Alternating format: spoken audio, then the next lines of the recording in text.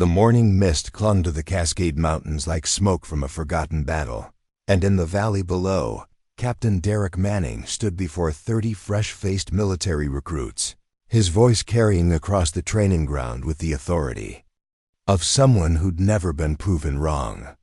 Listen up, soldiers. In real combat, there's no room for weakness, no place for hesitation, and absolutely no tolerance for liabilities that get good men killed. But before we jump back in, tell us where you're tuning in from, and if this story touches you, make sure you're subscribed, because tomorrow I've saved something extra special for you. His steel-gray eyes swept across the mixed group of male and female trainees. Some of you think this is about equality. Let me be clear, war doesn't care about your feelings. It only cares about results. From her position on the ridge overlooking Fort Stevens military base, Zara Blackwood lowered her binoculars with practiced precision. She'd been watching Manning's morning indoctrination sessions for 3 weeks now, each one more toxic than the last.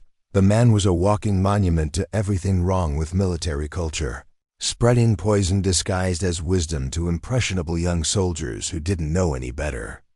What Manning didn't know was that his words were being heard by someone who'd proven him wrong in the most violent ways possible, years before he'd ever set foot on this mountain. Zara Blackwood had been invisible in Millfield, Oregon for exactly 4 years, 2 months, and 16 days, and that invisibility had become her most valuable weapon. The small logging town nestled in the shadow of Mount Hood was the kind of place where newcomers were noticed for about 6 months before becoming part of the landscape, and Zara had long since achieved that blessed anonymity. To the locals, she was simply the woman who ran Blackwood Outfitters, the survival gear shop on Pine Street that outfitted hikers, hunters, and the occasional city dweller seeking to reconnect with nature. Her shop occupied a converted logging supply warehouse, its weathered cedar exterior blending seamlessly with the town's rustic aesthetic.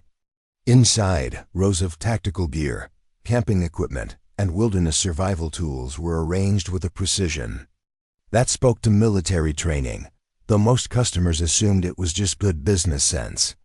What they didn't notice was how Zara's hands moved over equipment with the familiarity of someone who depended on similar gear in life or death situations, or how her green eyes constantly scanned entrances and exits with the unconscious vigilance of a predator. At 34, Zara possessed the lean, wiry build of a distance runner, combined with the controlled grace of a trained fighter. Her auburn hair was typically pulled back in a practical ponytail, and she favored worn jeans, hiking boots, and flannel shirts that made her look like any other outdoors enthusiast.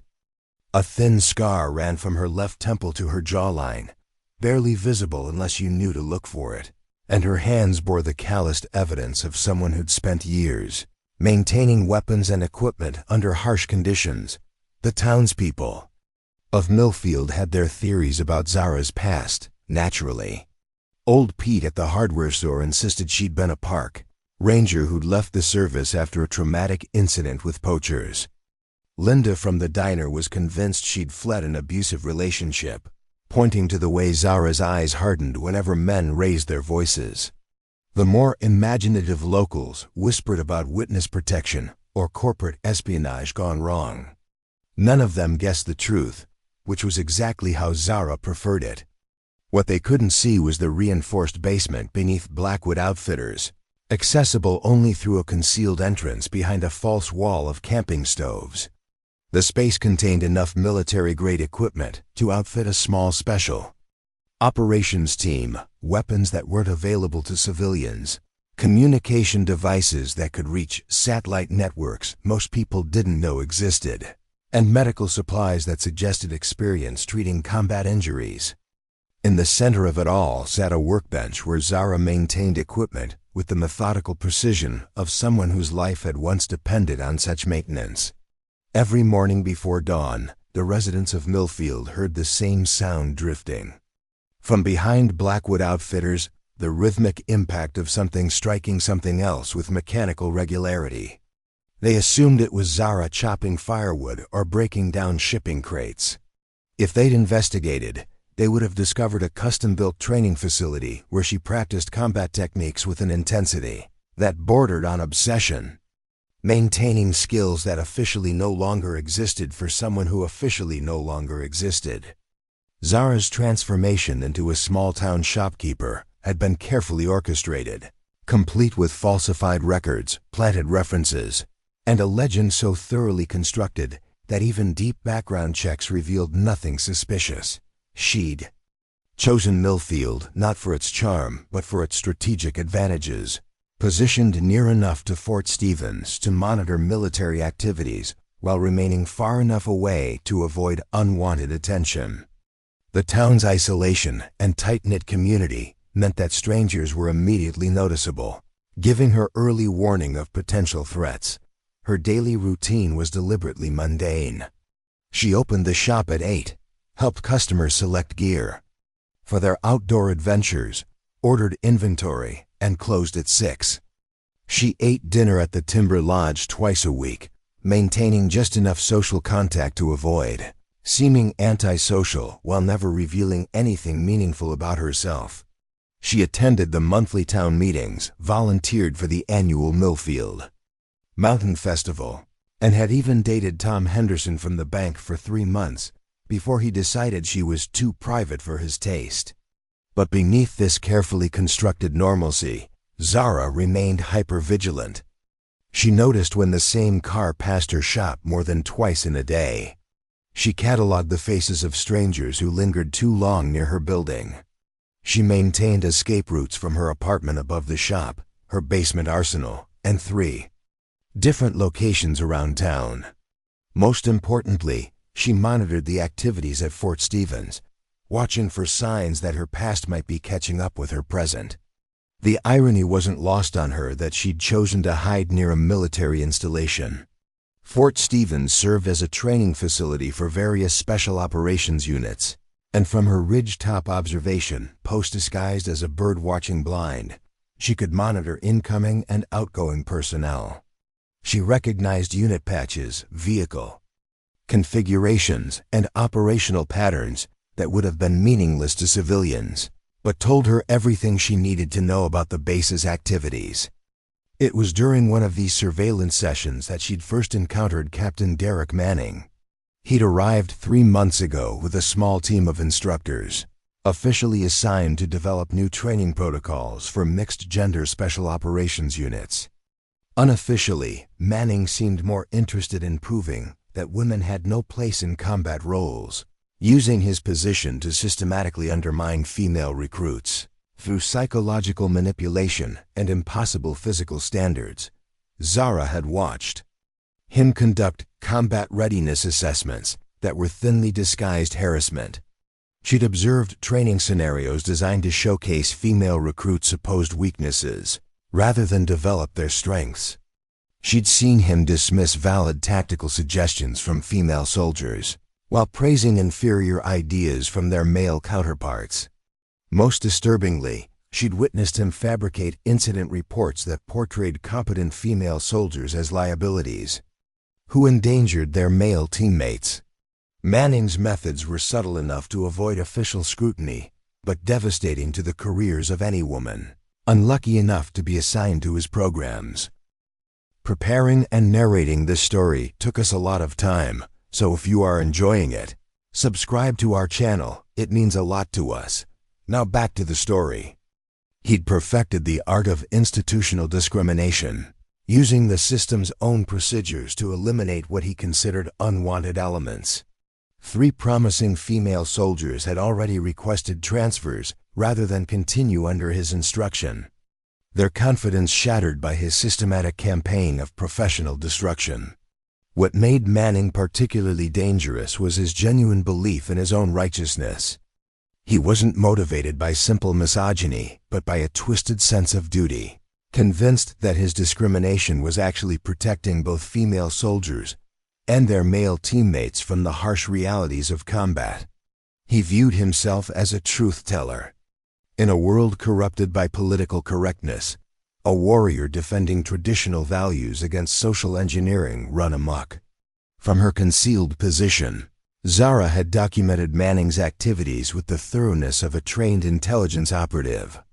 She photographed training sessions, recorded conversations using directional microphones, and compiled evidence of systematic bias that would have ended his career if presented to the right authorities.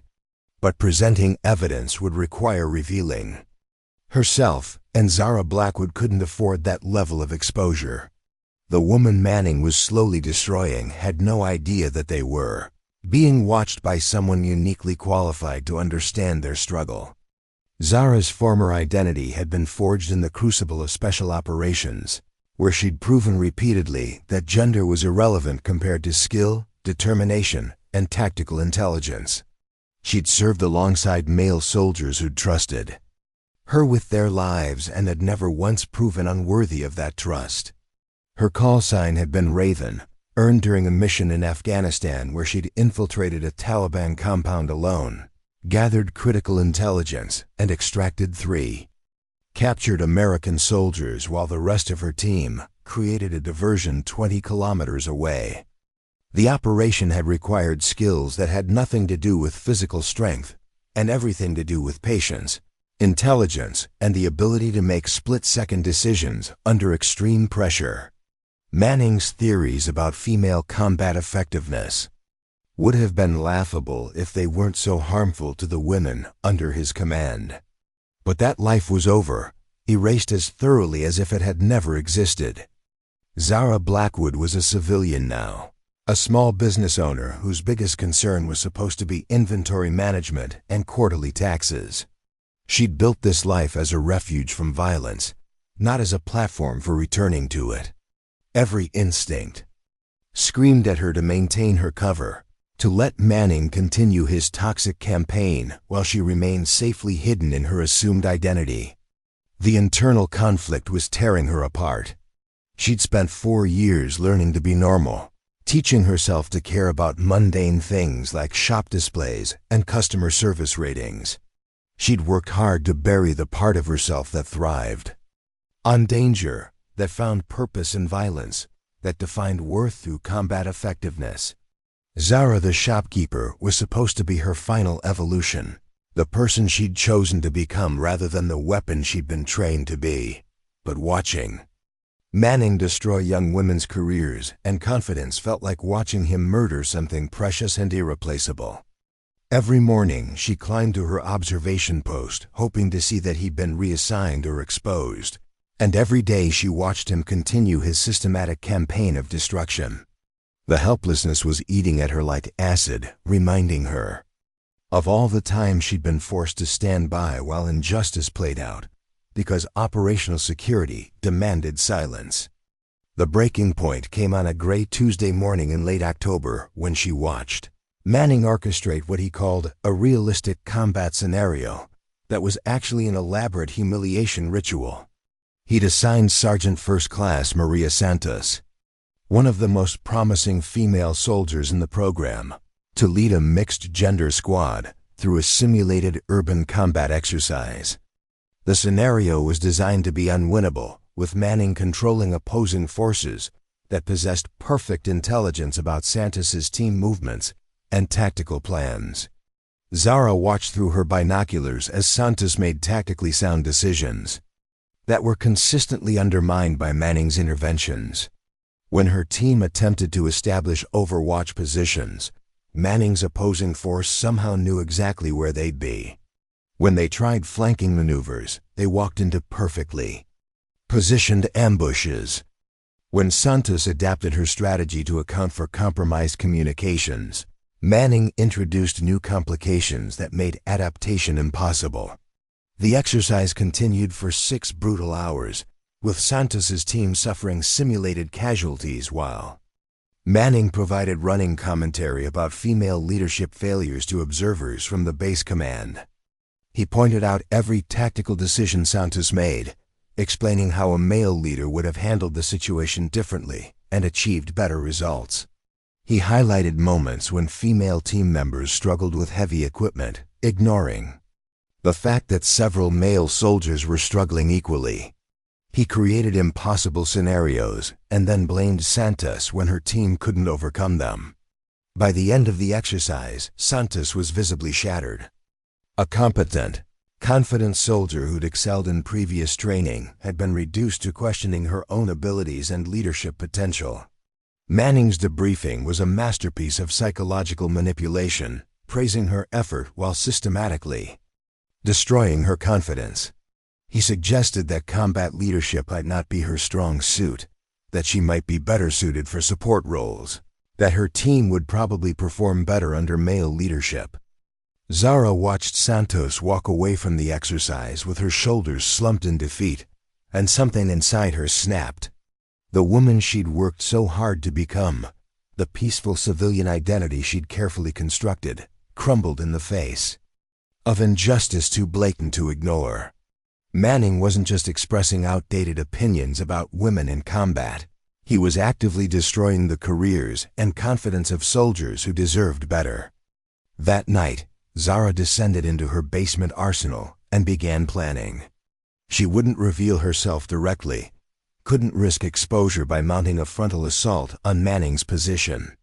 But there were other ways to handle bullies, methods that had been perfected by special operations units operating in hostile territory.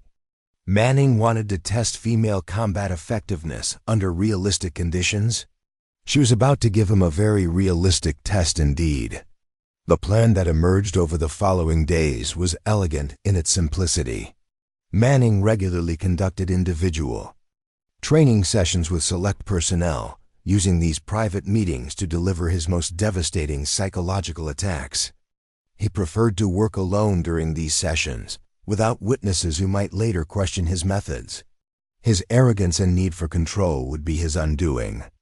Zara began her preparation with the methodical precision that had once made her one of the military's most effective special operations soldiers. She studied Manning's routines, identified his patterns, and cataloged his weaknesses. She prepared equipment, practiced techniques, and developed contingency plans for every possible complication. Most importantly, she prepared herself mentally for what was coming, acknowledging that taking action would likely mean the end of her carefully constructed civilian life. The irony was perfect. Manning believed women were combat liabilities, who endangered their male teammates through physical weakness and emotional instability. He was about to discover exactly how dangerous and emotionally stable woman with superior combat training could be when properly motivated. The lesson would be educational for everyone involved. As October faded into November, Zara finalized her preparations while continuing to maintain her cover as a simple shopkeeper. She served customers during the day, smiled at their small talk about weather and local politics, and processed their payments with the patient efficiency they'd come to expect. But after hours, she transformed into something Manning couldn't imagine in his worst nightmares. The reckoning was coming, and when it arrived, it would shatter more than just Manning's patella. It would shatter his worldview, his assumptions about female capabilities, and his certainty about who belonged in combat roles. Manning had spent months proving that women were liabilities in military operations. Zara was about to prove that the only liability was his own ignorance. The encrypted message arrived on a frequency that hadn't been used in 4 years, crackling through the modified radio hidden beneath a stack of inventory catalogs in Zara's office. 3 short bursts, followed by a pause, then 2 more. The pattern was unmistakable, burned into her memory from countless operations where such signals meant the difference between mission success and catastrophic failure. Someone who knew her real identity was trying to make contact. Zara's hand froze over the order form she'd been completing for winter camping gear. The radio fell silent, but the damage was done. In 30 seconds, her carefully constructed world had shifted from stable to potentially compromised.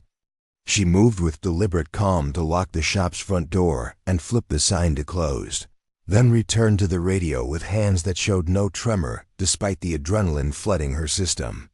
The second transmission came exactly 7 minutes later, confirming what she'd feared.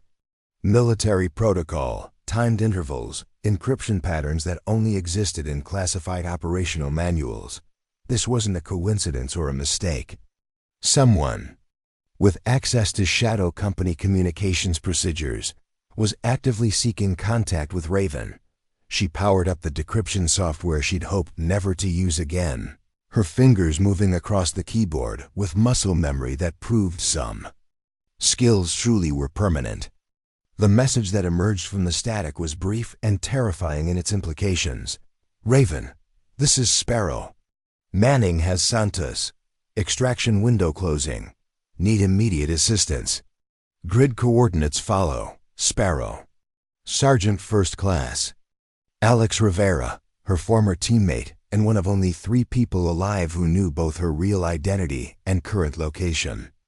They'd served together for 18 months in Afghanistan, watching each other's backs through operations that officially never happened.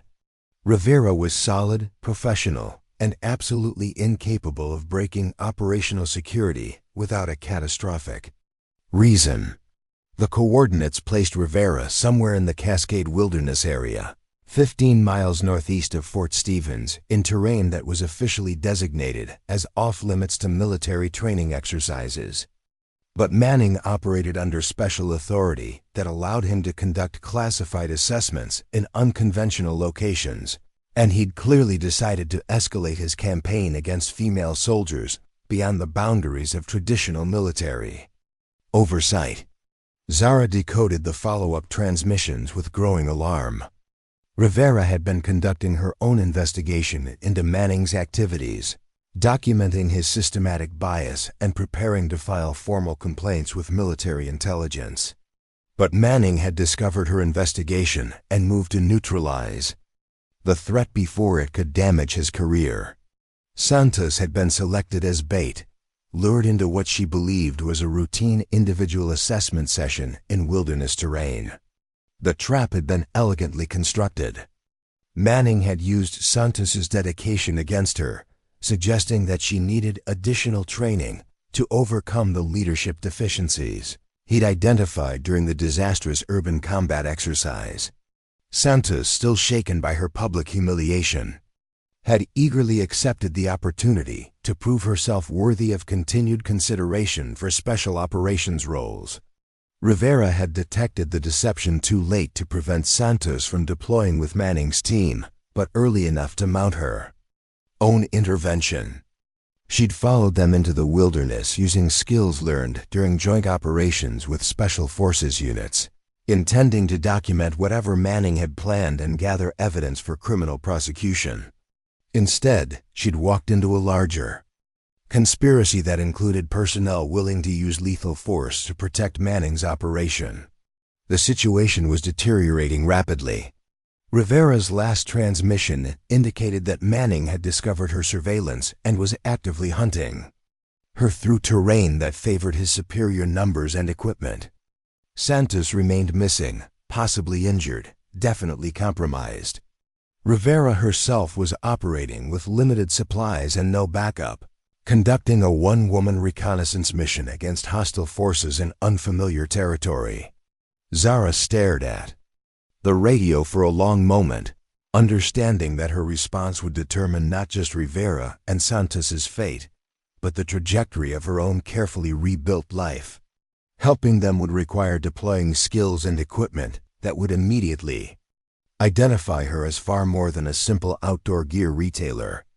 There would be no way to explain how a civilian shopkeeper possessed military-grade night vision equipment, encrypted communications gear, and the tactical knowledge necessary to conduct combat operations against trained soldiers. But walking away wasn't an option either. Rivera and Santos were facing elimination by forces within their own military structure, betrayed by the system they'd sworn to serve. Manning's conspiracy extended beyond simple bias into criminal territory, and his willingness to operate in remote terrain suggested permanent solutions rather than administrative discipline. If Zara didn't intervene, 2 good soldiers would disappear into the wilderness, their deaths attributed to training accidents or equipment failures. The decision crystallized with painful clarity. Zara Blackwood, civilian shopkeeper, was about to cease existing. What emerged from her basement arsenal 20 minutes later was something Manning couldn't have anticipated in his worst operational planning scenarios. She moved through her preparations with the systematic efficiency that had once made her legendary among special operations communities. Tactical gear selected for stealth and flexibility rather than protection. Weapons chosen for reliability and stopping power rather than intimidation. Communication equipment configured for encrypted burst transmissions that would be undetectable to standard military monitoring systems. Most importantly, she prepared mentally for the transition from hidden civilian to active combatant. The Cascade Wilderness area at night was a predator's paradise for someone with Zara's training and equipment. She inserted into the search zone using routes that avoided established trails and monitoring stations, moving through dense forest with the silent efficiency of someone who'd spent years operating in hostile territory. Her night vision equipment revealed a landscape invisible to normal human perception, transforming darkness into a tactical advantage. Rivera's emergency beacon led her to a ridge overlooking a natural clearing where Manning had established a temporary command post. Through her scope, Zara could see 4 personnel maintaining what appeared to be a standard field operations setup. Tents arranged in defensive positions, communication equipment monitoring multiple frequencies, sentries posted with overlapping fields of fire. Manning was conducting this operation with military precision, treating it as a legitimate combat mission rather than the criminal conspiracy it actually represented. Santos was visible near the center of the camp, zip-tied to a tree with obvious signs of physical abuse. Manning's individual assessment had clearly involved interrogation techniques designed to break her psychologically before eliminating her physically. The scene confirmed Zara's worst assumptions about Manning's willingness to escalate beyond institutional discrimination into outright violence. Rivera's position was more difficult to determine. Her emergency beacon indicated she was somewhere within a half-mile radius, but Manning's team was conducting systematic sweeps that would locate her within hours. The terrain favored concealment in the short term, but offered limited escape routes for someone operating alone against superior numbers. Rivera was trapped, and time was running against both captured soldiers. Zara established her own observation post on a rocky outcrop that provided overwatch of Manning's entire operation while remaining invisible to his surveillance systems. From this position, she could monitor radio communications, track personnel movements, and plan interventions with minimal risk of detection. Most importantly, she could assess Manning's team composition and equipment loadout to determine the most effective approach to neutralizing the threat. The radio traffic she intercepted revealed the scope of Manning's conspiracy. This wasn't a rogue operation conducted by a single biased officer, but a coordinated effort involving personnel from multiple commands who shared his beliefs about female combat effectiveness. They spoke in careful euphemisms about permanent solutions to ongoing problems and demonstrating real-world consequences of poor personnel decisions. The language was bureaucratic, but the intent was unmistakably lethal. Manning himself proved to be exactly the kind of officer Zara had encountered too often during her military service. Confident in his own superiority, dismissive of potential threats, convinced that his authority made him invulnerable to consequences. He moved through the camp with the casual arrogance of someone who'd never faced serious opposition, barking orders at subordinates who responded with the automatic deference of soldiers conditioned to avoid questioning authority. His team consisted of 3 other personnel, all male, all displaying the kind of casual brutality that characterized soldiers who'd lost sight of their actual mission. They handled Santos roughly when moving her between positions, made crude jokes about female soldiers' supposed weaknesses, and discussed their plans with the callous indifference of people who dehumanized their targets. They were exactly the kind of men Manning attracted, individuals whose own insecurities made them receptive to theories about female inadequacy. Zara spent 2 hours conducting detailed reconnaissance, mapping every aspect of Manning's operation. While searching for Rivera's concealed position, the surveillance revealed tactical patterns that would have been professional if applied to legitimate military operations, but were terrifyingly efficient when directed against isolated soldiers. With no backup or support, Manning had planned this operation with the same attention to detail he brought to training exercises, treating murder as simply another form of problem-solving. The break came when she detected Rivera's carefully concealed fighting position on a slope overlooking the camp's eastern approach. Rivera had established herself in a location that provided excellent observation but limited escape options, confirming Zara's assessment that she was trapped by superior numbers and unfamiliar terrain. Worse, Manning's search pattern would locate Rivera's position within the next hour, turning the situation from surveillance to direct combat. Zara keyed her radio using encryption protocols that would identify her to Rivera while remaining undetectable to Manning's monitoring systems. The response was immediate and filled with relief that someone with appropriate skills had finally arrived to shift the tactical balance. Rivera's report confirmed the worst aspects of the situation. Manning had lured Santos into the wilderness using fabricated orders from base command, then revealed his true intentions once they were beyond help from military authorities. Santos had refused to participate in whatever scenario Manning had planned, leading to escalating violence that had left her injured and restrained. Rivera's attempt to document the situation had been detected, forcing her to flee into terrain that favored Manning's better-equipped team. The conspiracy extended beyond the 4 men in the immediate area. Manning had coordination with personnel back at Fort Stevens, who would provide alibis and falsify records to cover whatever happened in the wilderness. Santos and Rivera would officially die in training accidents, their bodies discovered days later with evidence suggesting equipment failures or navigational errors. The paperwork was already prepared, the cover story already established. But Manning had made several critical errors in his operational planning. He'd assumed that Rivera was operating alone, failing to consider that she might have backup or support from outside military channels. He'd established his command post in terrain that provided good defensive positions but limited escape routes, trapping himself in the same geographical features he'd used to trap his targets. Most critically, he'd never considered the possibility that he might face opposition from someone with superior training and equipment operating under none of the legal constraints that limited military personnel. Zara began her approach using infiltration techniques that had been perfected in urban warfare environments, but adapted perfectly to wilderness terrain. She moved through the forest like a ghost, invisible to both electronic surveillance and human observation, closing the distance to Manning's camp with the patient precision of a predator stalking prey. Every movement was calculated to avoid detection while positioning her for maximum tactical advantage.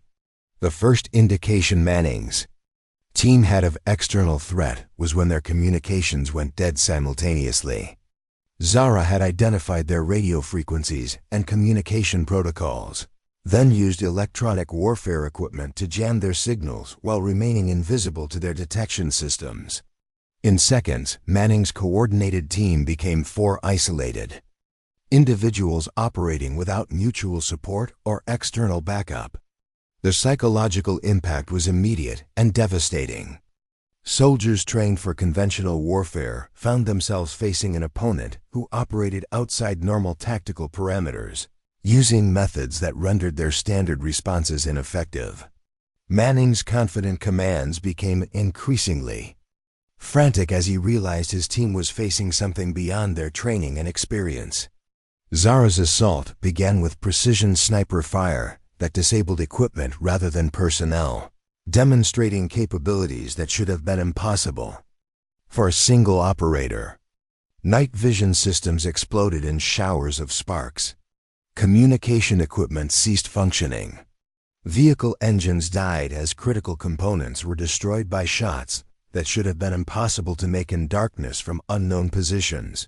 Manning's team responded with the standard tactics taught in military academies, establishing defensive perimeters and attempting to locate their attacker using conventional search patterns. But they were operating against someone who'd helped write the manuals they were following, someone who understood their responses before they made them and had positioned herself to exploit every predictable reaction. The hunt that followed was educational for everyone involved. Manning learned that his theories about combat effectiveness had never been tested against truly competent opposition. His team discovered that gender had no correlation with tactical intelligence, strategic planning, or the ability to project lethal force accurately across significant distances. Most importantly, Santos and Rivera witnessed the systematic destruction of their captors' confidence as their situation shifted from hopeless to controllable. Manning's final lesson in female combat effectiveness came when Zara materialized from the darkness directly behind his position, having infiltrated his defensive perimeter using techniques that rendered his sentries irrelevant. The confrontation that followed would permanently alter his understanding of what constituted a liability in combat operations, beginning with the sound of his own patella fracturing under precisely applied force. The mountain wilderness became very quiet after that, filled only with Manning's screams and the whispered conversations of two rescued soldiers, who were finally beginning to understand exactly who had come to their aid. The legend of Raven was about to be reborn, and this time there would be witnesses to carry the story forward. Captain Derek Manning had always prided himself on his ability to read tactical situations, but the woman standing behind him in the darkness defied every category his military training had provided. She materialized from shadows that should have been empty, moving with a silence that suggested either supernatural abilities or training so advanced it might as well have been magic. The cold barrel of her weapon against the base of his skull was the first indication he'd received that his defensive perimeter had been completely compromised. "Very slowly, Captain." Zara's voice carried the calm authority of someone completely in control of the situation. "Remove your sidearm with 2 fingers and place it on the ground. Any sudden movements and you'll discover exactly how much pressure it takes to separate vertebrae." Manning's mind raced through tactical options, but each possibility crumbled under the reality of his position. His weapon was holstered. His team was scattered throughout the camp dealing with equipment failures, and the person behind him had approached within touching distance without triggering any of his security measures. Every aspect of his situation screamed professional military operator, the kind of individual his theories about female combat effectiveness claimed couldn't exist. "You're making a serious mistake," Manning said, fighting to keep his voice steady. "I'm a United States Army officer conducting authorized training operations. Interfering with military personnel in the performance of their duties is a federal crime." Zara's laugh was soft and utterly without humor. "Authorized operations don't typically involve kidnapping and torturing your own soldiers, Captain. But please, continue explaining how this is all perfectly legitimate while your subordinates figure out why their equipment stopped working." Through the camp, Manning could hear his team members calling out in increasingly panicked voices as they discovered the extent of their technological failures. Radio systems that had been functioning perfectly now produced only static. Night vision equipment that had provided clear images moments before showed nothing but electronic snow. Even their flashlights had mysteriously ceased operation, leaving them fumbling in darkness that their opponent obviously didn't share. "Who are you?" Manning demanded, finally placing his weapon on the ground as instructed. "What unit are you with?" "I'm someone who's watched you systematically destroy the careers and confidence of competent soldiers," Zara replied, stepping back just enough to maintain tactical distance while keeping him covered. Someone who's documented your pattern of bias, harassment, and now criminal conspiracy.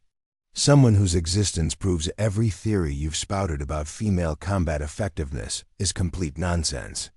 Manning turned slowly, hands raised, and got his first clear look at his captor.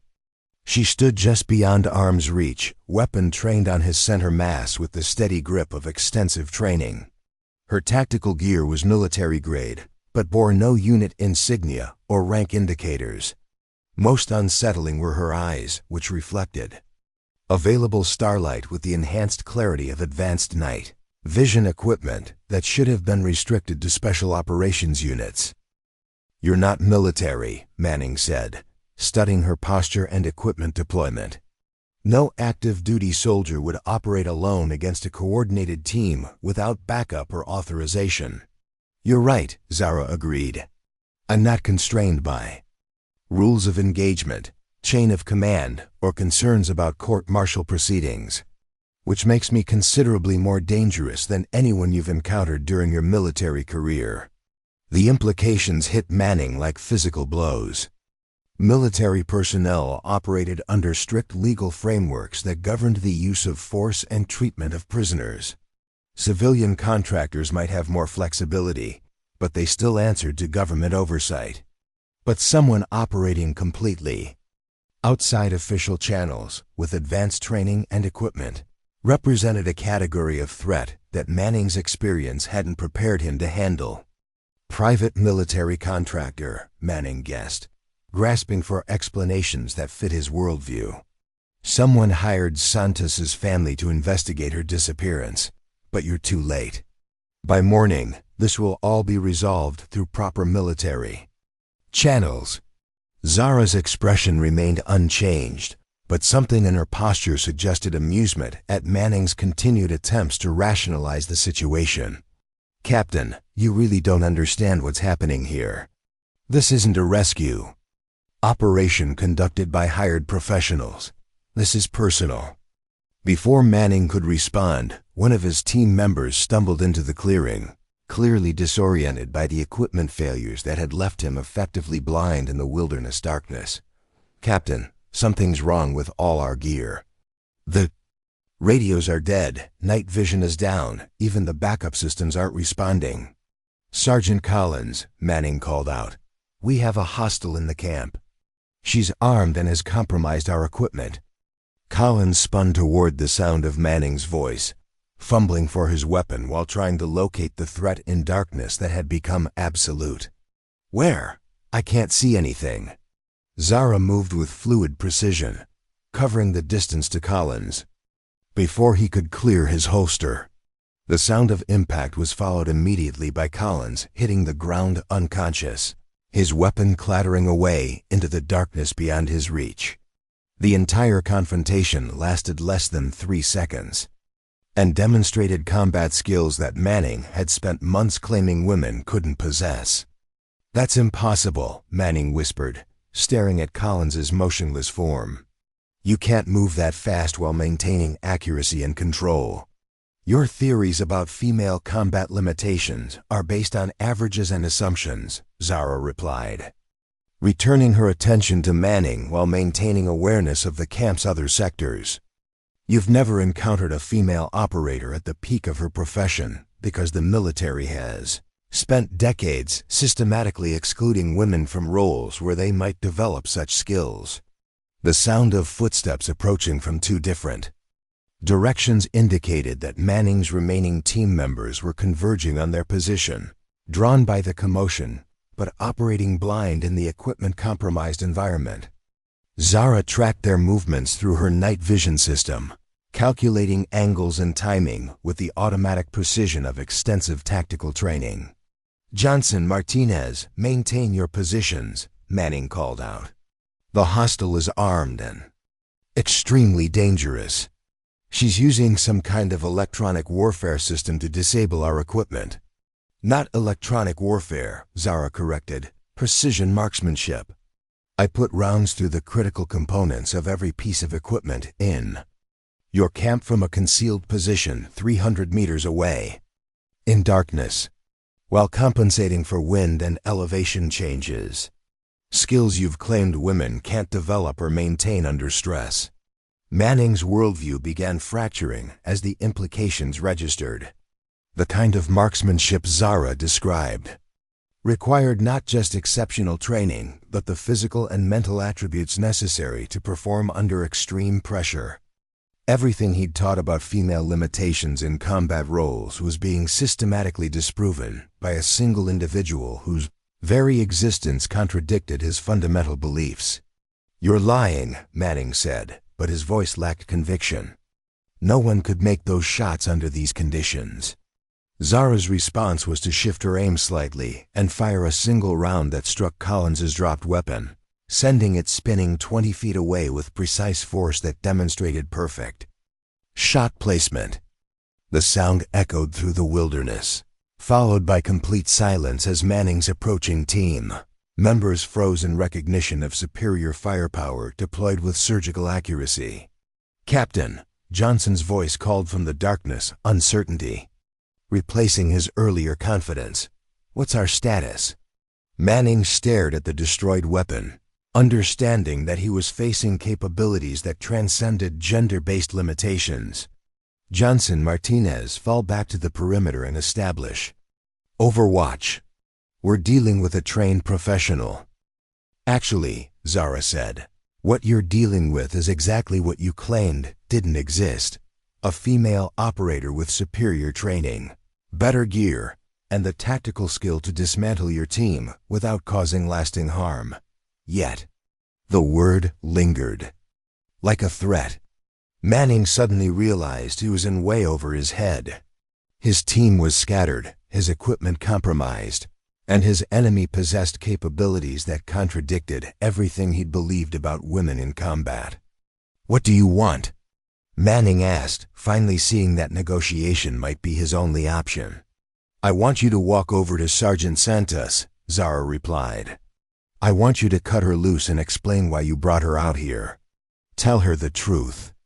That you tried to eliminate female soldiers who challenged your outdated ideas about combat roles." Manning's face reddened with anger, even though he was at a clear disadvantage. "Santos is a risk to everyone around her. She's proven unfit for command under pressure. She's emotionally unstable and lacks tactical judgment. She's the kind of liability that gets people killed." "No," Zara countered. "She failed because you rigged the game. You fed intel to her enemies, starved her team of resources, and set her up to fall short, then blamed it on her gender. You didn't test her skills. You orchestrated her failure." "That's not true," Manning protested, but his voice faltered.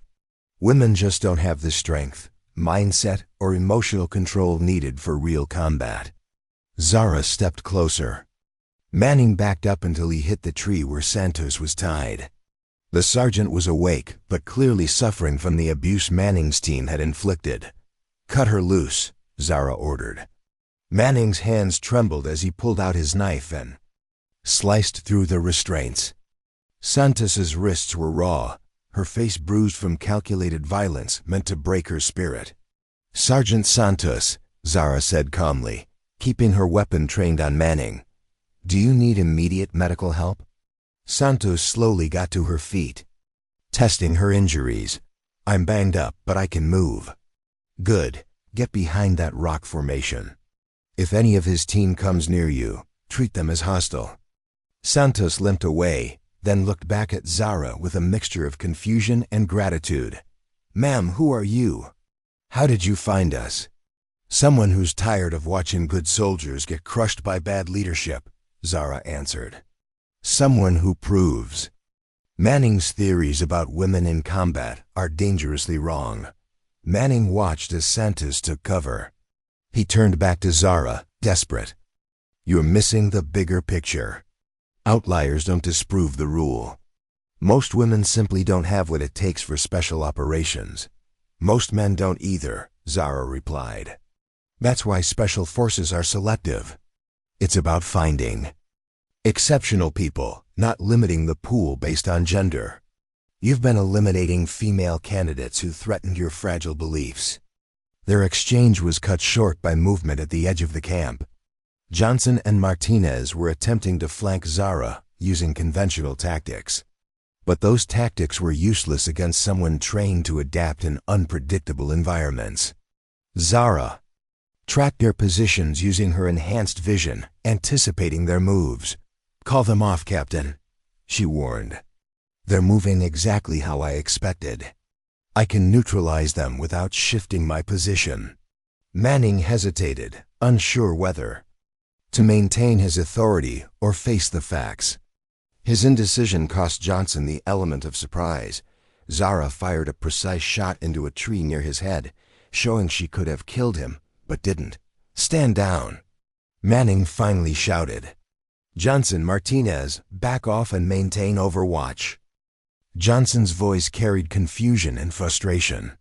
"Are we standing down to a single hostile?" "We're standing down to someone with superior position, better equipment, and apparently unlimited ammunition," Manning replied, his voice bitter with the admission of tactical defeat. Zara nodded approvingly. "Smart choice, Captain. Now we can have an educational conversation about combat effectiveness without additional interruptions." She gestured toward a fallen log near the camp center, indicating that Manning should take a seat while maintaining distance from any potential weapons or communication devices. Manning complied reluctantly, understanding that resistance would likely result in immediate escalation to lethal force.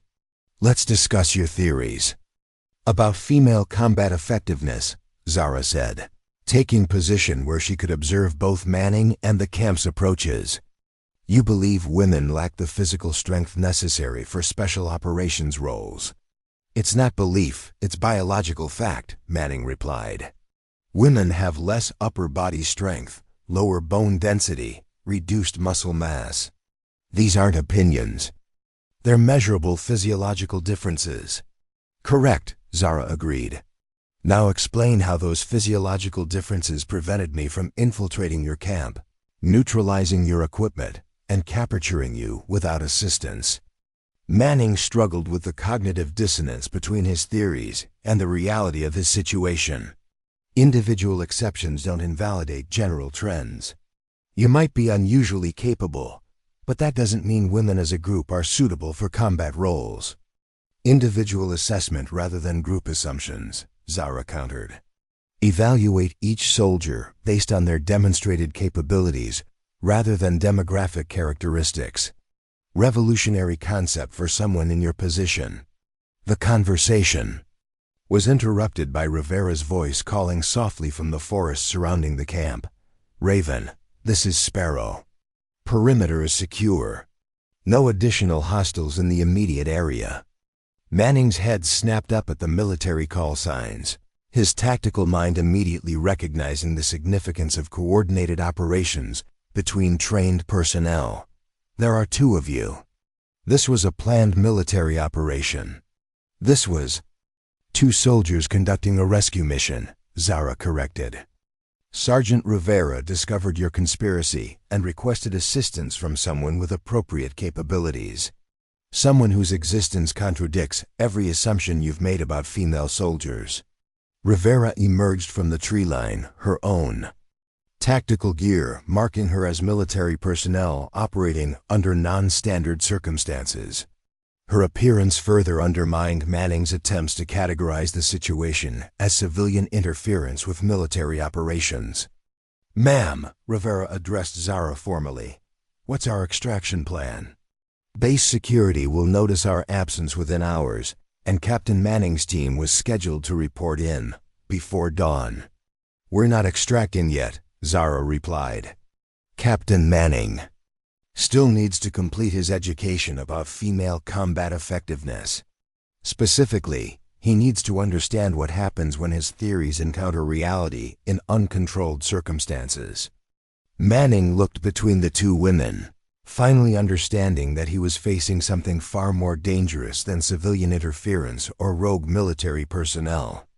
These were trained operators conducting the mission with precision and coordination that matched anything he'd seen from special operations units.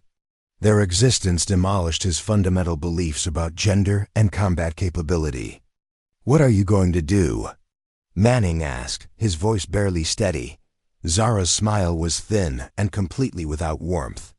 I'm going to give you a practical demonstration of female combat effectiveness, starting with a detailed lesson about pressure, points, joint manipulation, and the precise application of force necessary to permanently alter someone's mobility.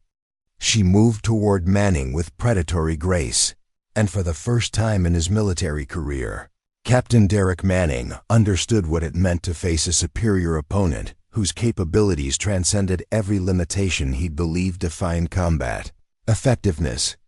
The education he was about to receive would be thorough, painful, and absolutely convincing. The sound that echoed through the Cascade Wilderness moments later was the sharp crack of Manning's patella, fracturing under precisely applied pressure, followed by his scream of pain and the dawning realization that everything he'd believed about women in combat had been catastrophically wrong. Manning's scream cut through the mountain air like a blade, carrying across the wilderness with the kind of raw agony that instantly communicated the complete destruction of his previous reality. The sound echoed off distant peaks before fading into silence broken only by his ragged breathing and the soft rustle of wind through pine branches. He lay crumpled against the fallen log, clutching his shattered kneecap while staring up at the woman who had just redefined his understanding of combat effectiveness through direct and irrefutable demonstration. That, Zara said with clinical detachment, is what happens when theoretical assumptions encounter practical application. Your patella is fractured in 3 places, which will require surgical reconstruction and months of physical therapy. If you're fortunate, you'll regain 70% mobility. If complications arise during healing, you may walk with a permanent limp. Manning's face was pale with shock and pain, sweat beading on his forehead despite the cold mountain air. You can't do this. I'm a military officer. There will be investigations. Court-martials, federal prosecution. There will be investigations, Zara agreed, settling into a crouch that kept her at comfortable speaking distance, while maintaining tactical awareness of the surrounding terrain. But they'll focus on your conspiracy to murder American soldiers rather than the circumstances of your injury. Sergeant Rivera has been documenting your activities for weeks, and I've spent the last month compiling evidence that will destroy your career and send you to federal prison. Rivera moved closer, her own weapon trained on Manning's scattered team members who remained hidden in the forest perimeter. Captain, you've been operating under the assumption that no one was watching your systematic campaign against female personnel. That assumption was incorrect. Santos was incompetent, Manning gasped, his voice strained with pain but still carrying traces of his former arrogance. She failed every realistic assessment I designed. Her leadership was inadequate, her tactical thinking was flawed, her physical capabilities were insufficient. Zara pulled a tablet from her tactical vest and activated the screen, displaying video footage that made Manning's eyes widen with recognition. These are recordings of your training scenarios, Captain. Complete documentation showing how you provided Santos's opponents with perfect intelligence while denying her team adequate resources. Every failure you attributed to gender limitations was actually the result of your deliberate sabotage.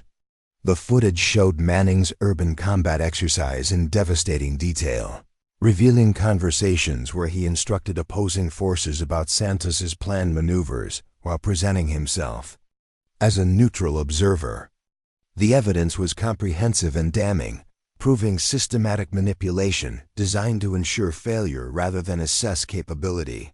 You rigged every scenario, Santos said from her position behind the rock formation, her voice carrying the bitter realization of someone discovering the extent of her betrayal. Every exercise, every assessment, every opportunity to prove myself was designed to make me fail. Manning tried to shift position, gasping as movement sent fresh waves of pain through his injured leg. Combat doesn't provide fair scenarios. Real operations involve incomplete intelligence, superior opposition, resource limitations. I was preparing you for reality. You were manufacturing failure to support predetermined conclusions, Zara corrected. Real combat also involves adaptation, improvisation, and the ability to succeed despite disadvantages. Santos demonstrated all those qualities, but you attributed her successes to luck and her failures to gender limitations. Rivera approached with additional documentation, spreading files across the ground within Manning's view. These are the personnel records of female soldiers who've served under your command over the past 3 years. 18 women requested transfers from your programs. 12 received negative efficiency reports that damaged their careers. 5 were medically retired after training injuries that occurred under suspicious circumstances. The pattern was clear and systematic, revealing Manning's campaign against female personnel as a coordinated effort spanning multiple assignments and installations. Each case followed similar patterns, promising female soldiers assigned to Manning's programs, subjected to increasingly hostile environments, then eliminated through administrative or medical channels that left no obvious fingerprints. I was maintaining standards, Manning insisted, though his voice lacked its former conviction. Military effectiveness requires eliminating personnel who can't meet operational requirements. You were eliminating personnel who threatened your worldview. Zara replied. Every woman who demonstrated competence under your command became a liability to your theories about female inadequacy. So you systematically destroyed them to preserve your comfortable assumptions. The sound of approaching helicopters began to echo across the valley, distant but growing steadily louder.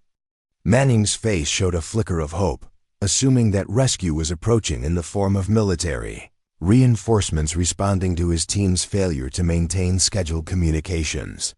That would be Colonel Patricia Hayes, Rivera said, consulting her tactical watch. She should be arriving right on schedule with a full investigation team from military intelligence. Manning's hope transformed instantly into horror as the implications registered. Hayes, but she's... He stopped himself, understanding that revealing his knowledge of Hayes's involvement would only provide additional evidence of conspiracy. She's the officer who provided you with falsified authorization for this operation, Zara finished. The person who helped you plan Santos's elimination and Rivera's subsequent disappearance. Your co-conspirator in the systematic murder of American soldiers. The helicopters were clearly visible now, their navigation lights cutting through the darkness as they approached the wilderness clearing where Manning had established his command post. But instead of the rescue force he'd expected, they carried investigators who'd been monitoring his activities and waiting for sufficient evidence to justify direct intervention.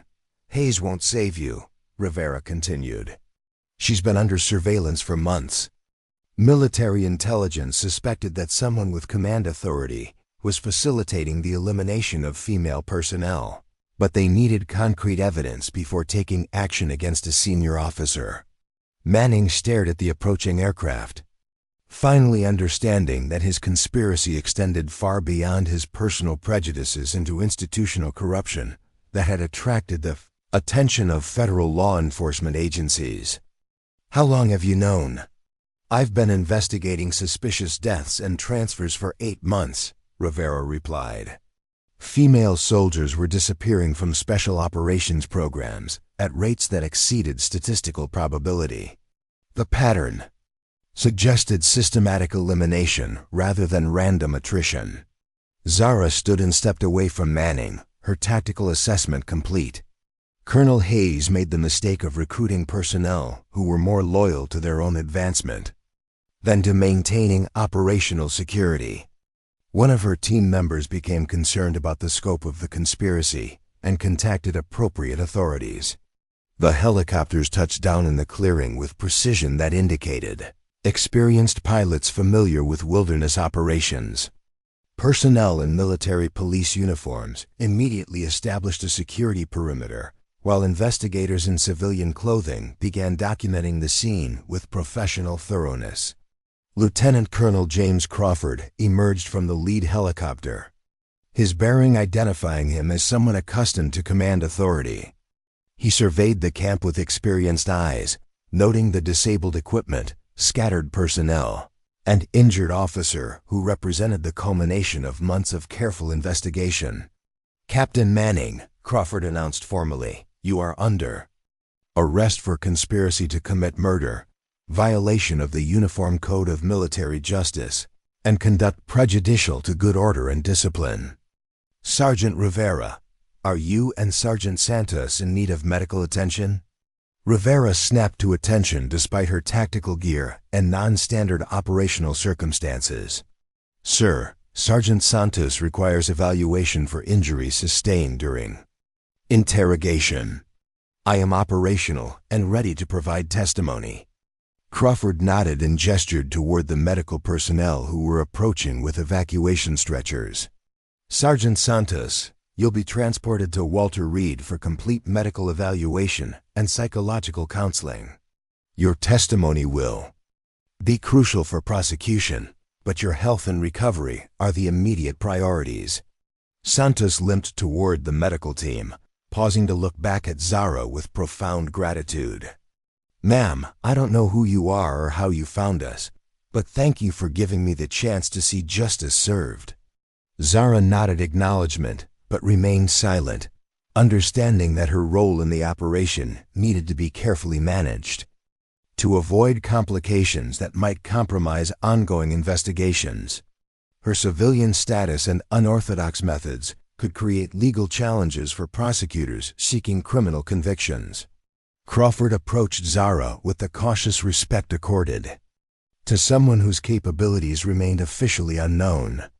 "Ma'am, I'm going to need a complete debrief about your involvement in this operation. Your methods were effective, but they raise questions about authorization and operational oversight. I'm a civilian who received a distress call from Sergeant Rivera," Zara replied carefully. "I provided assistance consistent with my obligation to aid military personnel in danger. My actions were defensive in nature and proportional to the threat presented by Captain Manning's conspiracy. Civilian with advanced tactical training, specialized equipment, and knowledge of military operational procedures," Crawford observed. "That's a combination that requires explanation." Before Zara could respond, Colonel Hayes's voice cut across the clearing as she approached with her own security detail. "Lieutenant Colonel Crawford, I need to speak with you immediately about the parameters of this investigation. There are classified aspects to Captain Manning's operations that require special handling." Crawford's expression hardened as he recognized Hayes's attempt to influence the investigation. "Colonel Hayes, you are also under arrest pending investigation of your role in Captain Manning's conspiracy. Your authorization of unauthorized operations and falsification of official records constitute federal crimes." Hayes stopped abruptly, her face showing genuine surprise that her own involvement had been discovered. "This is ridiculous.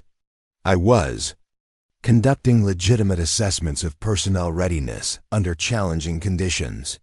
Any injuries or casualties were unfortunate, but necessary consequences of realistic training. Realistic training doesn't involve kidnapping soldiers and transporting them to remote locations for torture and murder," Crawford replied. "Your communications with Captain Manning have been monitored and recorded. We have complete documentation of your conspiracy." The systematic arrest of Manning's co-conspirators continued as investigators identified personnel who'd provided support for the illegal operation. Johnson and Martinez were taken into custody, along with several administrative personnel from Fort Stevens who'd helped create false documentation and authorization records. Manning watched the destruction of his network with growing despair, understanding that his career and freedom were ending along with his theories about female combat effectiveness. "This is all because of political correctness," he said bitterly. "You're destroying good officers to protect a failed social experiment. This is about prosecuting criminals who murdered American soldiers," Crawford corrected. "Your victims weren't casualties of policy disagreements. They were soldiers whose only crime was threatening your prejudices with their competence. Zara observed the arrests with satisfaction, tempered by awareness that justice, while served, couldn't restore the careers and lives destroyed by Manning's conspiracy. The investigation would expose the institutional failures that had allowed such systematic discrimination to flourish, but changing military culture would require sustained effort beyond individual prosecutions. Rivera approached as the scene began to clear, her expression mixing relief with concern about future implications. What happens now? The investigation will require extensive testimony, and there'll be media attention once the story becomes public. Manning and Hayes will face court-martial proceedings followed by federal prosecution, Crawford replied. The Army will conduct a comprehensive review of personnel policies and training procedures to prevent similar conspiracies. Most importantly, the women who survived Manning's campaign will receive appropriate recognition and career rehabilitation. The medical team completed their assessment of Manning's injuries, concluding that while painful and temporarily disabling, the fractured patella wasn't life-threatening. He would be transported to a military medical facility for surgical repair, followed by transfer to a secure detention facility pending trial. As Manning was loaded onto a stretcher, he looked directly at Zara with a mixture of hatred and grudging recognition. You proved your point, he said quietly. But this doesn't change biological reality. Individual exceptions don't invalidate general principles. Zara met his gaze without emotion. Captain, you spent years eliminating exceptional individuals to preserve your general principles. That's not scientific methodology, it's deliberate ignorance. Your legacy won't be about protecting standards. It'll be about the good soldiers you destroyed to maintain comfortable lives. The helicopters departed in sequence, carrying Manning and his co-conspirators toward justice while leaving the wilderness, clearing empty except for scattered equipment and the memory of confrontations that had permanently altered several lives. The conspiracy that had systematically eliminated competent female soldiers was ended, but the institutional changes necessary to prevent its recurrence would require sustained commitment from military leadership. Crawford remained behind with a small investigation team to complete scene documentation and evidence collection. Ms. Blackwood, he said, using the name from identification documents Rivera had provided. Your assistance was instrumental in exposing this conspiracy, but your methods raise questions about oversight and authorization. Sometimes justice requires individuals willing to operate outside normal channels, Zara replied. Sergeant. Rivera tried to work within the system, but Manning's influence prevented effective institutional response. Direct action became necessary to prevent additional casualties. Crawford studied her for a long moment, clearly recognizing capabilities that exceeded civilian norms, but understanding the political complications of investigating too deeply. Your point is noted. However, I need assurance that your involvement in military affairs ends with this operation. Zara shouldered her equipment and prepared to depart for the long hike back to her vehicle.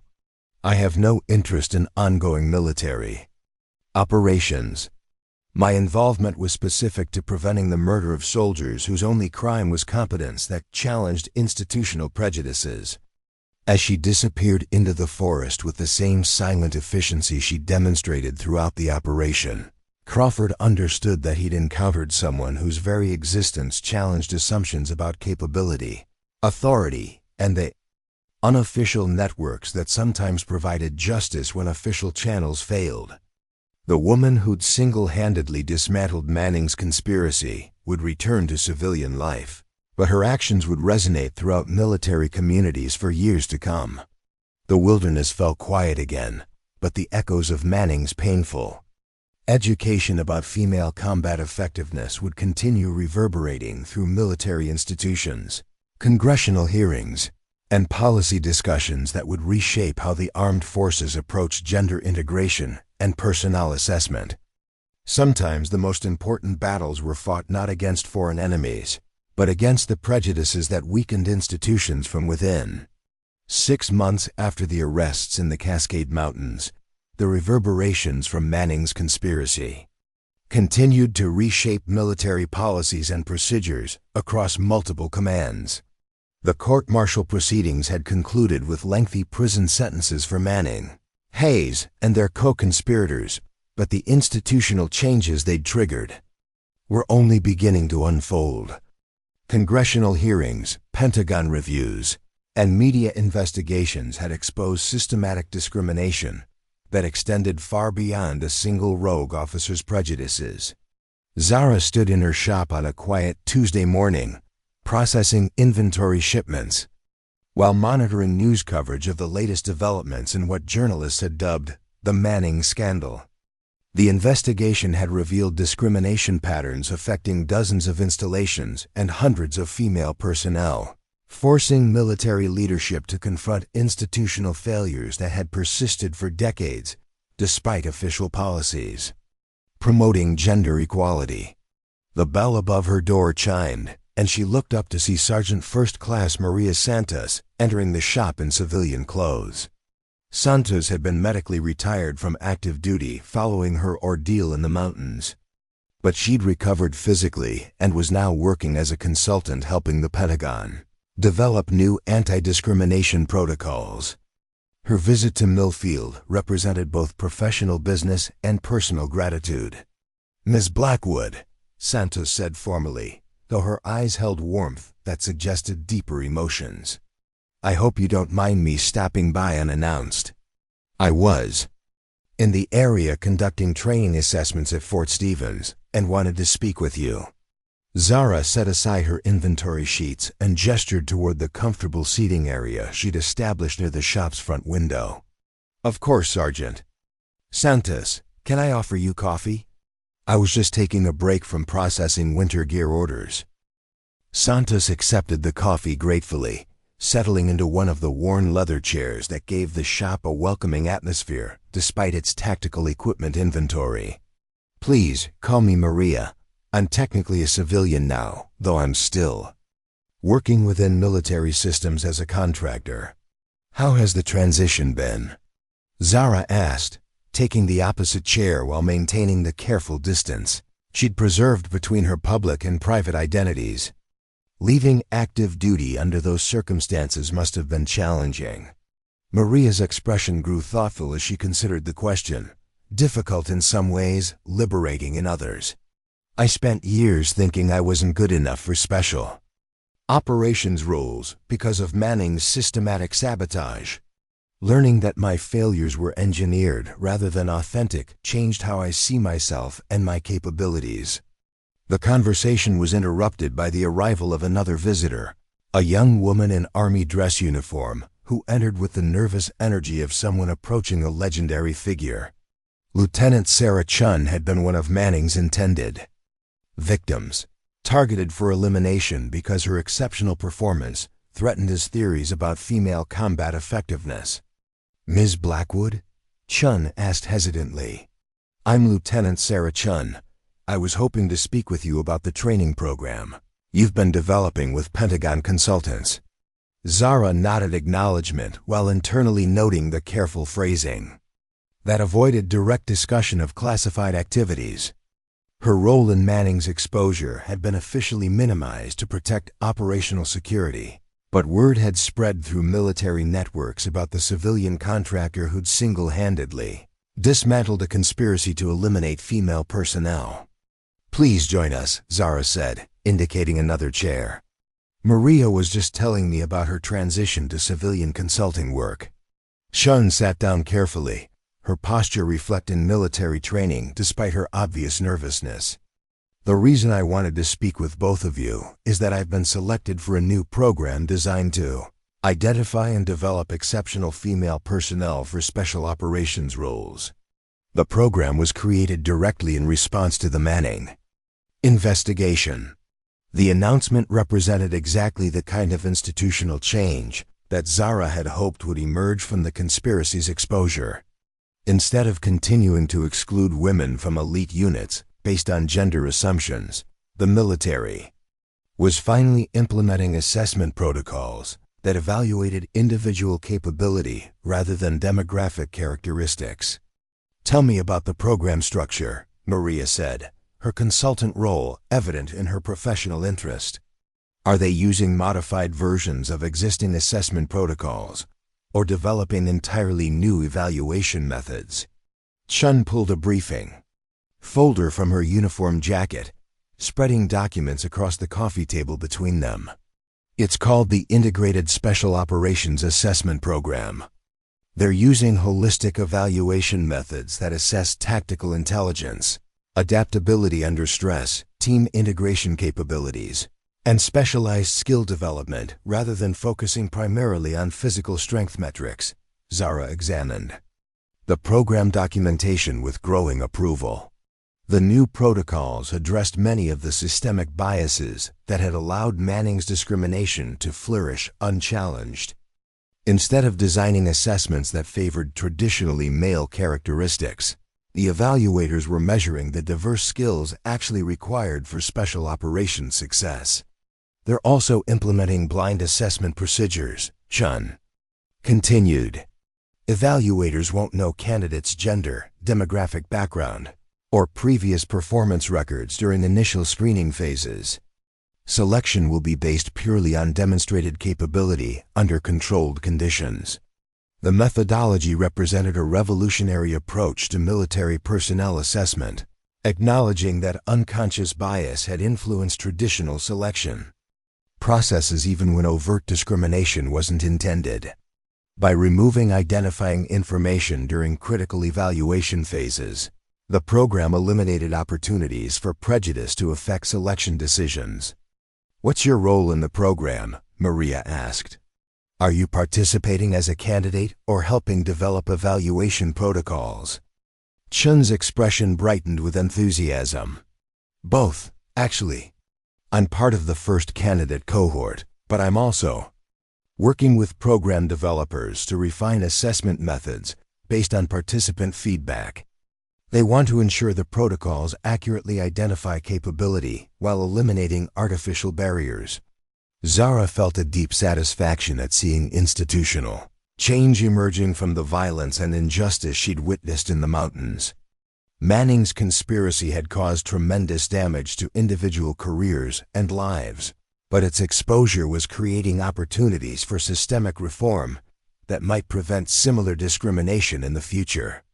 "How are male personnel responding to the program?" Zara asked. "Are you encountering resistance from individuals who share Manning's beliefs about gender limitations?"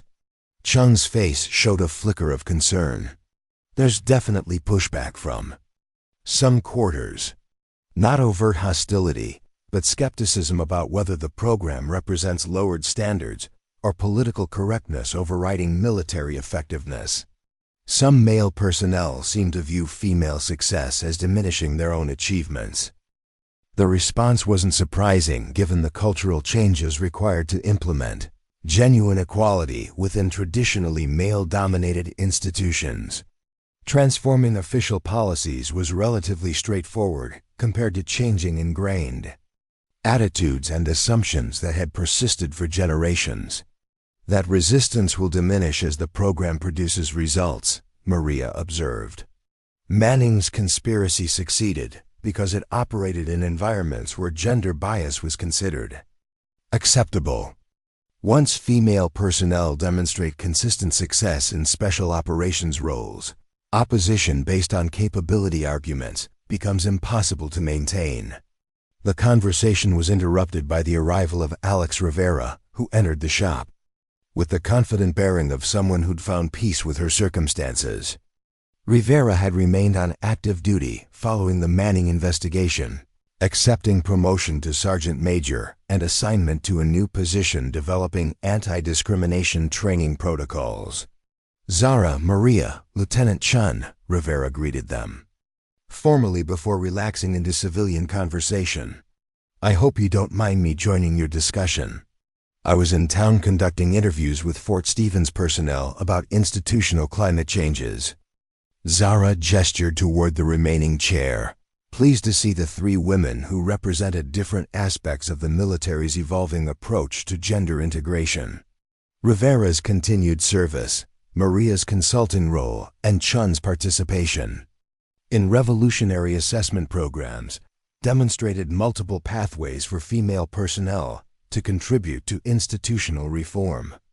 Alex was just telling us about the new Special Operations Assessment Program, Maria said. She's part of the first candidate cohort while also helping refine evaluation protocols.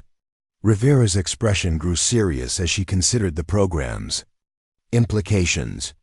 The assessment methods are definitely more comprehensive than traditional approaches, but the real test will be whether successful female candidates receive appropriate assignments and advancement opportunities.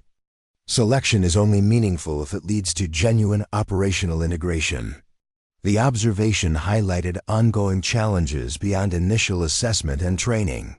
Even if women successfully completed special operations programs, they would still face informal barriers and cultural resistance that could limit their effectiveness and career progression within elite units. That's why documentation and oversight will be crucial, Chun replied. The Pentagon has established monitoring systems to track female personnel outcomes throughout their careers, not just during initial training phases.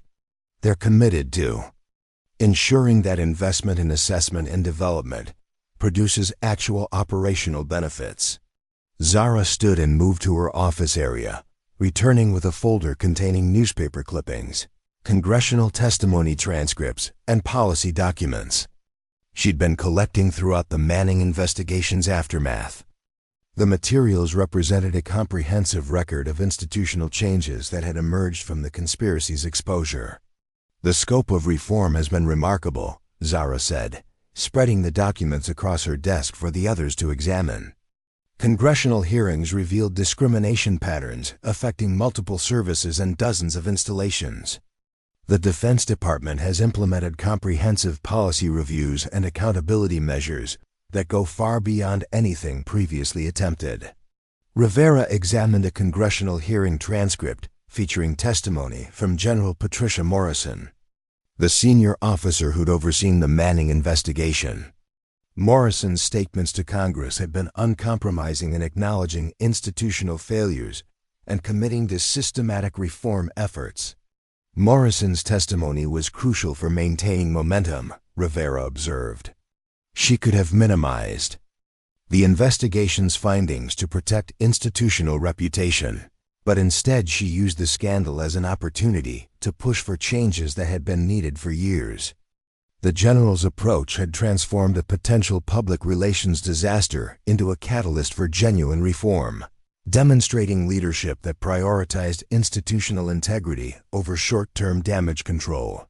Her willingness to acknowledge systematic failures had provided political cover for comprehensive policy changes that might otherwise have faced bureaucratic resistance. The media coverage has been generally positive, Maria added, reviewing newspaper articles about the program developments. Instead of focusing on scandal aspects, most reporting has emphasized reform efforts and success stories from female personnel who've benefited from new policies. The favorable coverage represented a significant shift from traditional military reporting that often emphasized conflict and controversy over institutional progress. Journalists had recognized the story's broader implications for equality and organizational change, framing developments in terms of institutional improvement rather than simple scandal exposure. Chun pulled out her tablet and accessed recent program statistics that demonstrated early success indicators. The first assessment cohort showed remarkable diversity in terms of backgrounds, specializations, and individual strengths. Female candidates excelled in areas that traditional assessments hadn't properly measured, while male candidates benefited from more comprehensive evaluation methods. The data suggested that improved assessment protocols were identifying capability more accurately regardless of gender, supporting theoretical arguments that bias had been limiting overall military effectiveness rather than protecting institutional standards. Manning's theories about female limitations were being disproven not just individually, but systematically. What's particularly encouraging, Rivera continued, is that the program has attracted support from male personnel who recognize that better assessment methods benefit everyone. Opposition is coming primarily from individuals whose own positions depended on maintaining artificial limitations rather than competing based on actual capability. The political dynamics surrounding reform efforts reflected broader cultural tensions about meritocracy, tradition, and institutional change.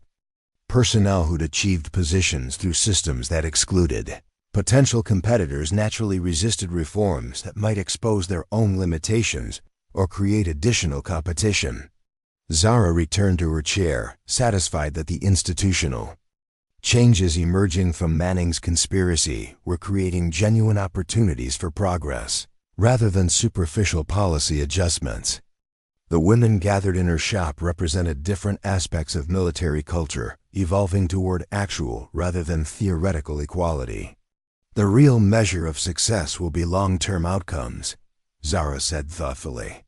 Manning's conspiracy succeeded because it operated within institutional cultures that tolerated discrimination as long as it remained unofficial. Preventing similar conspiracies requires changing those underlying cultures, not just implementing new policies. The observation highlighted the complexity of institutional reform beyond formal procedures and regulations.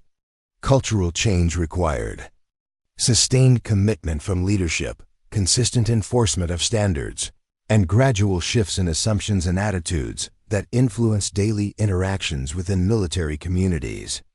Maria nodded agreement while reviewing program documentation that outlined long-term monitoring and evaluation protocols.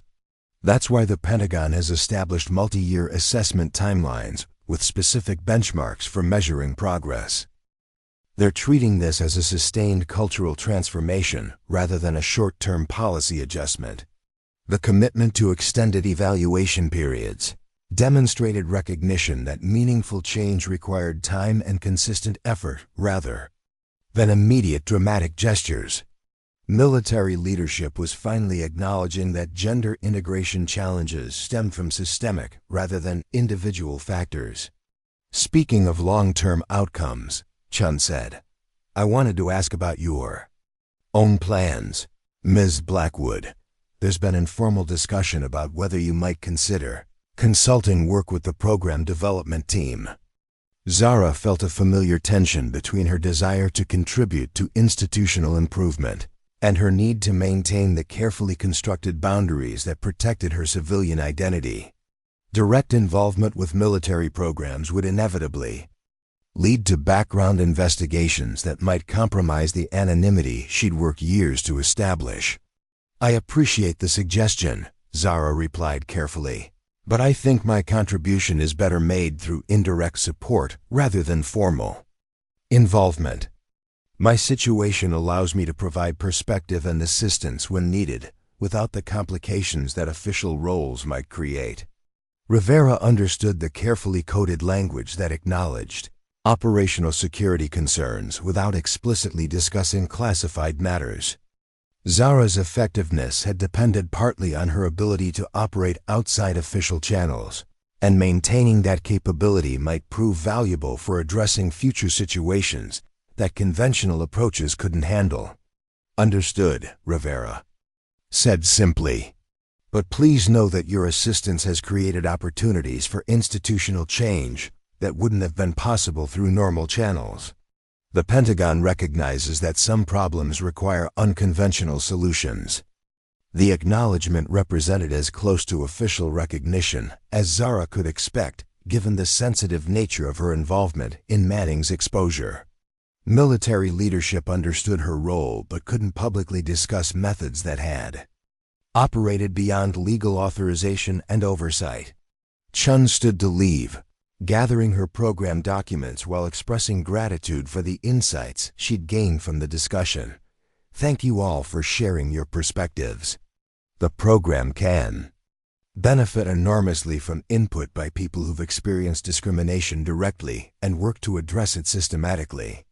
After Chun departed for her return journey to Fort Stevens, The three remaining women continued their conversation with the relaxed familiarity of individuals who'd shared challenging experiences and emerged stronger from them. Rivera and Maria had both paid significant personal costs for challenging institutional discrimination, while Zara had risked her carefully constructed civilian life to prevent additional casualties. "Do you think the reforms will be permanent?" Maria asked, voicing concerns that many female military personnel shared about the sustainability of current progress. "Or will they gradually erode once media attention shifts to other issues and political pressure decreases?" The question reflected legitimate worries about institutional memory and commitment to change efforts that required sustained investment rather than immediate dramatic results. Military organizations had histories of implementing reform programs that eventually faded due to leadership changes, budget constraints, or shifting priorities. Rivera's expression grew thoughtful as she considered the political and organizational dynamics surrounding current reform efforts. "Permanence will depend partly on whether female personnel can demonstrate consistent success in newly available roles. If the program produces measurable improvements in operational effectiveness, it becomes much harder to justify returning to exclusionary policies." Zara agreed with Rivera's assessment while recognizing additional factors that would influence long-term outcomes. Cultural change also requires consistent leadership commitment across multiple command levels. Manning's conspiracy succeeded because senior officers tolerated discrimination as long as it remained deniable. Preventing similar situations requires leaders who actively promote equality rather than simply avoiding overt bias. The institutional changes emerging from the Manning investigation represented unprecedented opportunities for female military personnel, but their sustainability would depend on continued vigilance and commitment from individuals at all organizational levels. Reform policies were necessary but insufficient without cultural transformation that made discrimination unthinkable rather than simply illegal. "That's why programs like Lieutenant Chun's are so important," Maria observed. "They create visible success stories that make discrimination arguments impossible to maintain. Once female personnel are demonstrating consistent excellence in special operations roles, opposition based on capability concerns becomes obviously false." Rivera checked her watch and began preparing to leave for her next appointment at Fort Stevens, but she paused to address a topic that had been implicit throughout their discussion. "Zara, I know official recognition isn't possible given your situation, but I want you to know that your actions have created opportunities for hundreds of female personnel who might otherwise have been eliminated by systematic discrimination." The acknowledgement carried weight beyond its simple words, recognizing that Zara's intervention had prevented not just Santos and Rivera's deaths, but the continuation of Manning's campaign against other female soldiers. The conspiracy's exposure had saved careers, lives, and institutional integrity that would have been lost to systematic bias disguised as professional standards. Justice sometimes requires individuals willing to operate outside normal channels. Zara replied, echoing comments she'd made to Lieutenant Colonel Crawford during the investigation. Sergeant Rivera tried to work within official systems, but Manning's influence prevented institutional response until direct action became necessary. After Rivera departed, Zara and Maria continued their conversation with the privacy that allowed more personal discussion about the emotional costs and benefits of their experiences. Both women had sacrificed aspects of their original military careers to expose and combat discrimination, but both had found meaning and purpose in contributing to institutional change. "Do you miss active duty?" Zara asked, recognizing that Maria's medical retirement had ended promising career prospects despite her excellent performance record. Maria's answer came after thoughtful consideration. "I miss the mission focus and team camaraderie, but I don't miss the constant awareness that my competence was being questioned because of my gender. Consulting work allows me to contribute to military effectiveness without dealing with individuals like Manning, who view female personnel as inherent problems. The response reflected broader challenges facing female military personnel who excelled in their roles, while navigating institutional cultures that remained ambivalent about gender integration. Even successful women often carried psychological burdens from constant scrutiny and skepticism that their male counterparts never experienced. "My situation is different," Zara continued, "but I understand the relief that comes from operating in environments where your capabilities are evaluated on merit rather than filtered through gender assumptions." Manning's conspiracy succeeded partly because it operated within cultures where such assumptions were considered normal. Their conversation was interrupted by the arrival of another customer, an elderly man seeking equipment for a hiking trip. With his grandchildren, Zara served him with the professional courtesy that had made Blackwood Outfitters a respected local business, while Maria observed the seamless transition between their serious discussion and routine commercial interaction. After the customer left, Maria returned to topics that had emerged during their group conversation. The success of reform efforts will depend partly on whether military leadership can maintain commitment when faced with budget pressures, operational demands, and competing priorities. Change initiatives often lose momentum when no longer crisis-driven. Zara nodded agreement while recognizing that sustainability challenges extended beyond military institutions to broader social and political contexts. Gender equality efforts faced cyclical support depending on leadership priorities, media attention, and public interest levels that fluctuated with current events and political developments. That's why documenting and publicizing success stories becomes crucial, Zara replied. Programs like Lieutenant Chun's need to produce measurable results that demonstrate operational benefits rather than just social progress. Military institutions respond to effectiveness arguments more readily than equality appeals. The strategic approach reflected hard-won understanding about institutional psychology and change management within conservative organizations. Progress required framing reforms in terms of institutional benefits rather than external social pressure, emphasizing capability enhancement rather than discrimination reduction. Maria prepared to leave for her own return journey to her consulting offices in Washington, but she paused at the shop entrance to make one final observation. Manning believed that eliminating female personnel would preserve military effectiveness by maintaining traditional standards. Instead, his discrimination reduced institutional capability by excluding competent individuals and creating systems that prioritized prejudice over performance. The irony was profound and instructive for understanding how discrimination damaged institutions beyond its direct impact on targeted individuals. Manning's conspiracy had weakened military effectiveness while claiming to protect it, demonstrating that bias was a strategic liability rather than an operational necessity. After Maria departed, Zara returned to her inventory processing while reflecting on the institutional changes that had emerged from violence and injustice in the Cascade Mountains. The conspiracy's exposure had created opportunities for systematic reform that might prevent similar discrimination, but sustainability would require continued commitment from individuals at all organizational levels. The afternoon passed quietly, with routine commercial activities that maintained her carefully constructed civilian identity. Customers seeking camping equipment, hunting supplies, and wilderness gear received the same professional service that had made her shop a respected local business throughout the dramatic events surrounding Manning's exposure.